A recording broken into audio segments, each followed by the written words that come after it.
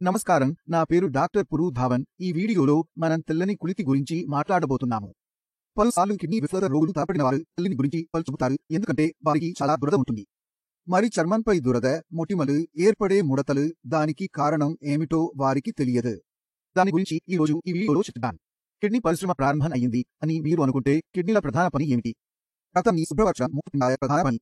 రక్తాన్ని శుభ్రపరిచిన తర్వాత అందులో ఉన్న విషాణాలను శరీరం నుంచి తొలగించాలి. అది క్రియేటినిన్ కావచ్చు, యూరియా కావచ్చు, పొటాషియం కావచ్చు, సోడియం కావచ్చు.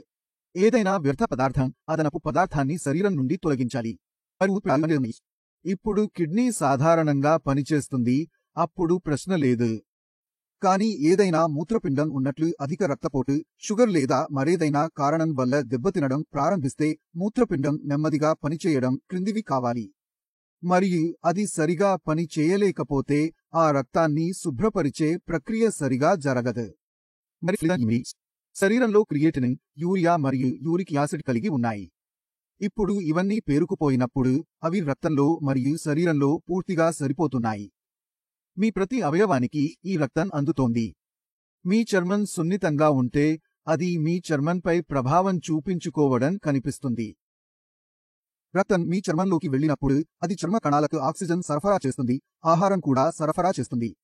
అది రక్త సరఫరాలో చాలా వ్యర్థ పదార్థాలు ఉన్నాయి. అందుకే మీ చర్మం మీకు దురద అనే లక్షణాన్ని ఇస్తుంది. ఇది సాధారణంగా పాదాలు, వెనుకడం, చేతులు పై కనిపిస్తుంది. ఈ దురద శరీరంలో క్రియేటినిన్ పరిమాణం అవసరానికి మించి ఉందని చెబుతుంది. సాధారణంగా తెల్లని సమస్య క్రియేటినిన్ స్థాయి 5 కనుగొన్నప్పుడు వస్తుంది. మరి అది పెరిగితే తలుపు కూడా పెరుగుతుంది. క్రియేటినిన్ స్థాయి తగ్గించినట్లుగా మీ దురద కూడా తగ్గిపోతుంది. ఇప్పుడు మనకు దురద, క్రియేటినిన్ ఎక్కువగా ఉంటే దానికి మనం ఏమి చేయగలం అనే ప్రశ్న ఉత్పన్నమవుతోంది. పాత వీడియోలు చూస్తే మీరు పూర్తిగా అర్థం అవుతారు. కానీ మీకు ఆ ఆలోచన లేకపోతే నేను మీకు చెప్పగలను. మీరు మీ రక్తాన్ని శుభ్రపరచాలి. మీకు మార్గాలు ఉన్నాయి. మీ మూత్రపిండాలు తక్కువగా పనిచేస్తున్నాయని మీకు తెలుసు. కాబట్టి శరీరానికి తక్కువ వ్యర్థాలు తయారవుతాయి. అందువల్ల మనం తినే ఆహారం వల్ల తక్కువ వ్యర్థాలు మన శరీరంలోకి వెళ్లకుండా ఉండాలి. ఇది మొదటి మార్గం. రెండవ మార్గం ఏమిటంటే మీరు మీ శరీరంలో మూత్రపిండాల పనితీరును పెంచాలి.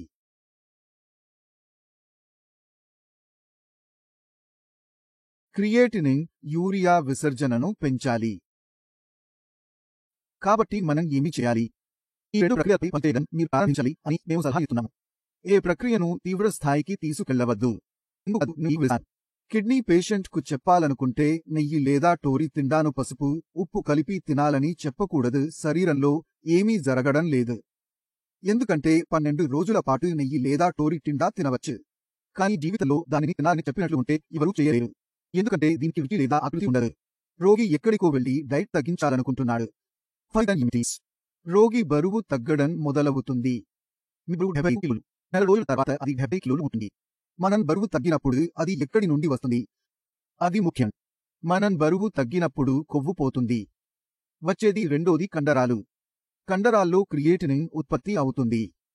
నా మాంసపు పొడవు తగ్గుతుంటే క్రియేటినిన్ కూడా తగ్గడం ప్రారంభిస్తుంది. మీరు మీ బరువులో 5 కిలోలు తగ్గితే క్రియేటినిన్ యొక్క 1 పాయింట్ కోల్పోతుంది. సమస్య ఏమిటి? మీ క్రియేటినిన్ స్థాయి 7 అయితే సాధారణీకరించడానికి 7 తగ్గించాలంటే 35 కిలోలు తగ్గించాలి. మీరు 35 కిలోలు తగ్గితే మరియు 35 కిలోల వ్యక్తి ఏమవుతుంది? ఏమీ జరగదు. సమస్య ఏమిటంటే ఈ స్థాయిని తగ్గించడానికి మనం తీసుకోవలసిన పతనం, మనం కోల్పోవాల్సిన బరువు ఆచరణాత్మకంగా సాధ్యం కాదు. మీరు పొందవలసిన పతనం అసాధ్యం. రెండో సమస్య ఏమిటి?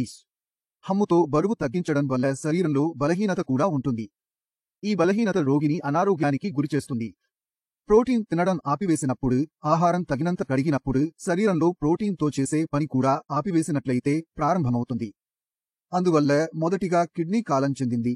ఇప్పుడు రక్తం ఏర్పడటం, రక్తం మందం, అమైనో ఆమ్లాల నిర్మాణం, ఎంజైమ్లు ఏర్పడటం వంటి ప్రోటీన్తో చేసే పని కూడా ఆగిపోతుంది. రోగి ప్రతిరోజు బలహీనత పెరుగుతూ ఉంటాడు మరియు బలహీనత కారణంగా రోగి కొనసాగిపోతారు. కాబట్టి మన శరీరంలో ఈ ప్రక్రియ ఆహారం నియంత్రించడం ద్వారా క్రియేటినై తగ్గించడం పనిచేయకుండా ఉండాలి. 1-2 నెలల పాటు చేస్తే ఎలాంటి సమస్య ఉండదు. కానీ దీనిని మీరు పరీక్షించినా ఆరోగ్యవంతంగా ఉండలేరు. వీడియోలో నేను మీకు చెప్పిన రెండవ పద్ధతి చాలా సురక్షితం కాబట్టి మనం సమస్య ఉన్న ప్రాంతంలో పని చేస్తున్నాము. మీ మూత్రపిండాలు ఎప్పుడూ తనంతట తానుగా చెడ్డవి కావు. ఒకవేళ వారిని లేదా ఏదైనా సమస్య పెట్టినప్పుడు మాత్రమే అది చెడుగా మారడం ప్రారంభమవుతుంది. ఉదాహరణకు బీపీ ఉంది, షుగర్ ఉంది. బీపీ, షుగర్ వచ్చాయి. బీపీ మరియు షుగర్ మూత్రపిండంపై ప్రభావం పడించింది, దాని పని తగ్గిపోయింది. ఏదైనా ట్రీట్మెంట్ తీసుకుంటే బీపీ మరియు షుగర్ ఎక్కువగా ఉంటే అవి కిడ్నీల మీద నిరంతర దాడులు చేస్తాయి. మరియు నష్టం పెరిగే కొద్దీ మూత్రపిండాలు దాని పనితీరును కోల్పోతూనే పెరిగిపోతాయి. మరియు పనితీరు తగ్గుతున్నప్పుడు క్రియేటినిన్ స్థాయి మరియు యూరియా స్థాయి పెరుగుతుంది. కాబట్టి మొదటి విషయం ఏమిటి? మీ కిడ్నీని హాని చేసే వ్యక్తిని బీపీ లేదా షుగర్ లేదా నియంత్రించాలి. బీపీ మరియు షుగర్ నియంత్రణలో ఉంటే కిడ్నీకి మరింత హాని కలుగకుండా ఉంటుంది. అంటే మీ మూత్రపిండాలు స్థిరంగా ఉంటాయి. మీ క్రియేటినిన్ స్థాయి పెరగకుండా ఉంటుంది లేదా ఒక పరిధిలో హెచ్చుతగ్గులకు లోనివ్వడం ఉంటుంది, కానీ ఇది చాలా వేగంగా పెరగకపోవడం లేదు. కాబట్టి మేము ఈ మొదటి ప్రయోజనాన్ని పొందుతాము. రెండవది మూత్రపిండాలు. మూత్రపిండాలలోని నెఫ్రాన్లు వాటికి వేరుగా ఉంటాయి. సామర్థ్యం ఇంపాస్. ఇవి తమ పని సామర్థ్యాన్ని పెంచుతాయి. ఉదాహరణకు ఒకరి కిడ్నీని మరొకరికి ఇచ్చారనుకుందాం అని నమ్మినా ప్రమాదం తర్వాత గాయం ధరించబడింది మరియు కిడ్నీని తొలగించాలని అవసరమైంది. ఇప్పుడు ఆ వ్యక్తికి ఒకే కిడ్నీ ఉంది. ఒకే కిడ్నీ ఉన్నప్పటికీ క్రియేటిన్ లెవెల్ మరియు యూరియా లెవెల్ పెరగడం లేదు. ఇప్పుడు మీరే ఆలోచించండి. గతంలో 2 కిడ్నీలు పనిచేసేవి. ఒక వెళ్ళిపోయారు, 50% మూత్రపిండాలు మిగిలాయి. కాబట్టి 50% పనితీరును తగ్గించాలి. క్రియేటినిన్ స్థాయి పెరిగి ఉండాలి. కానీ అలా జరగదు. అలా ఎందుకు జరగలేదు? ఒకే కిడ్నీ కూడా అదనపు పనితీరును పెంచుతుంది. కాబట్టి మూత్రపిండాలు అంటే ఏమిటి? నెఫ్రాన్ను పనిచేసే సామర్థ్యాన్ని పెంచుతాయి. నెఫ్రాన్లలో ఈ పని సామర్థ్యం స్వభావంగా జరుగుతుంది. కాబట్టి బీపీ లేని పరిస్థితుల్లో, షుగర్ లేని పరిస్థితుల్లో ఆరోగ్యకరమైన ఆహారం తీసుకోవడం వల్ల ఈ నెఫ్రాన్లు పనిచేసే సామర్థ్యాన్ని పెంచుతాయి. రెండవ విషయం, మూత్రపిండంలో నష్టం ఉంటే మూత్రపిండంలో 2 రకాల నష్టం ఉంటుంది.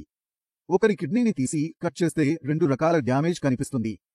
చనిపోయిన నెఫ్రాన్ల వల్ల ఒక రకమైన నష్టం జరుగుతుంది.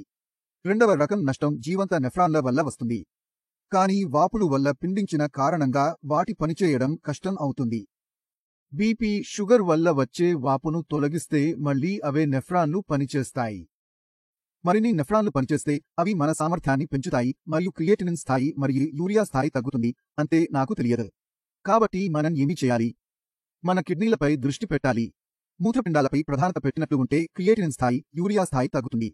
అయితే ఈ వీడియోలో ముందుకెళ్లే ముందు నేను మీకు కొన్ని రోగులను కావాలి మరియు వారి రిపోర్టులను చూడాలని కోరుతున్నాను. కానీ మీరు రిపోర్టుల్లో చూడగా క్రియేటినిన్ స్థాయి, లెవెల్ మరియు యూరియా లెవెల్ రోగులు నియంత్రణలో ఉన్నప్పటికీ చాలా త్వరగా తగ్గిపోతాయి. మూత్రపిండాలకు కొత్తగా ఎలాంటి నష్టం జరగదు మరియు మూత్రపిండాలు వాటి పనితీరును పెంచుతాయి. ఇది మనం చూశాం. ఇప్పుడు మనకు సరైన మార్గం ఏమిటి అనేది ప్రశ్న. తినడం ద్వారా క్రియేటినిన్ స్థాయిని తగ్గించుకోవాలా లేదా కిడ్నీల పనితీరును పెంచి క్రియేటినిన్ స్థాయిని తగ్గించాలా? కాబట్టి నేను మీకు సలహా ఇస్తున్నాను అని చెప్పాను. పాత్రలో చాలా సమస్యలు ఉంటాయి. ముందుగా చెప్పినంత సమస్యలు ఉంటే రోగి కోసం డయాలిసిస్ లేదా ట్రాన్స్ప్లాంట్ లాంటి మార్గాలు పూర్తిగా మూసివేయకపోయినా ఉంటాయి. కాబట్టి మీ శరీరం సాధారణ పద్ధతిలో ఉండాలి అని నియంత్రించాలి. ఎక్కువగా తింటే శరీరం అలసిపోతుంది. మీ శరీరం చాలా బలహీనంగా మారుతుంది. కాబట్టి మీరు మీ ఆహారాన్ని చాలా పరిమితం చేయాలి. దీర్ఘకాలంలో ఇది పూర్తిగా అనుకూలం కాదు. మీరు మీ మూత్రపిండాలపై పనిచేయడం ప్రారంభిస్తారు. మూత్రపిండాల పనితీరును పెంచడానికి మూత్రపిండాలపై ప్రాధాన్యత ఇవ్వండి. మేము మా ఆహారాన్ని పరిమితం చేస్తాము. టీ, కాఫీలు ఆపేస్తాం. తీపి పదార్థాలను ఆపేస్తాం. ఇది జరుగుతుంది. పప్పులను ఆహారంలో ఇస్తాం. మేము ఎప్పటికీ ఇవ్వము. పప్పులు ఇస్తే సన్నని పప్పులు తీసుకుంటాం. మన డైట్ ని కంట్రోల్ చేసుకుంటాం. ఇవన్నీ చేస్తాం. కానీ అవసరానికి మించి చెయ్యం. మేము 2-3 కూరగాయలపై ఉండము. మేము ఆహారంలో అన్నింటినీ పెద్ద మొత్తంలో తీసుకుంటాము. అందువల్ల మన శరీరంలోని మిగిలిన అవయవాలు కూడా పనిచేస్తూ ఉంటాయి. కిడ్నీ ఫెయిల్యూర్ పేషెంట్ల సమస్య ఏంటి? ఎక్కువగా తినడం నియంత్రించినప్పుడు శరీరంలోని అన్ని అవయవాలు బలహీనపడకుండా ఉంటాయి. మీ ఊపిరితిత్తులు, మీ గుండె, మీ మెదడు, మీ అన్ని అవయవాలు బలహీనపడటం ప్రారంభిస్తాయి. మరియు రోగి మల్టీ సిస్టమ్ వైఫల్యంలోకి వెళ్తాడు. బహుళ వ్యవస్థ వైఫల్యంలో ఒక్కొక్కటి నాశనం జరుగుతుంది. మొదట మూత్రపిండాలు దెబ్బతింటాయి, తరువాత కాలేయం దెబ్బతింటుంది, తరువాత గుండె దెబ్బతింటుంది. ఇవన్నీ మాకు అక్కర్లేదు. 2 కిడ్నీలు తొలగించినా కూడా రోగి డయాలిసిస్ ద్వారా జీవించవచ్చు. కానీ మరో అవయవం తొలగిస్తే అది విఫలమైతే రోగి బతకడం కష్టమవుతుంది. మూత్రపిండాల గురించి మీ మనస్సును క్లియర్ చేయండి. మూత్రపిండాలు ప్రముఖమైనవి, కానీ వాటికి మరొక వ్యవసాయాలు ఉన్నాయి. కానీ మీరు మీ శరీరాన్ని పాడితే మూత్రపిండాల వైఫల్యం జరగడం సాధ్యం. అప్పుడు మీ జీవితంలో స్కోప్ ఉండదు. కాబట్టి మీరు తినడం మరియు త్రాగటంపై నియంత్రణ చేయాలి. అది కొంతవరకు సరిపోతుంది. విశ్రాంతి తీసుకుంటే కిడ్నీల పనితీరుపై దృష్టి సారిస్తాను. రెండింటినీ ఒకేసారి నడుపుతాను. నేను మీకు చూపించిన ఫలితాలను మేము పొందుతాము. మీ మనసులో ఇంకా ఏవైనా సందేహాలు ఉంటే మీరు మన విషయంలో ఎలా చేయగలరో తెలుసుకోవడానికి వైద్యులు కూడా అందుబాటులో ఉన్నారు. నేను కూడా అందుబాటులో ఉన్నాను. ఈ వెళ్ళి వచ్చు. దీనితో మీ అందరితో కలిసి ముందు వెళ్తాను. తప్పక వీడియోలో కద్దాం. అప్పటి వరకు వీడ్కోలు పలికారు. మరింత సమాచారం కొరకు www.auto.com సందర్శించండి. Copyright OSHO international foundation.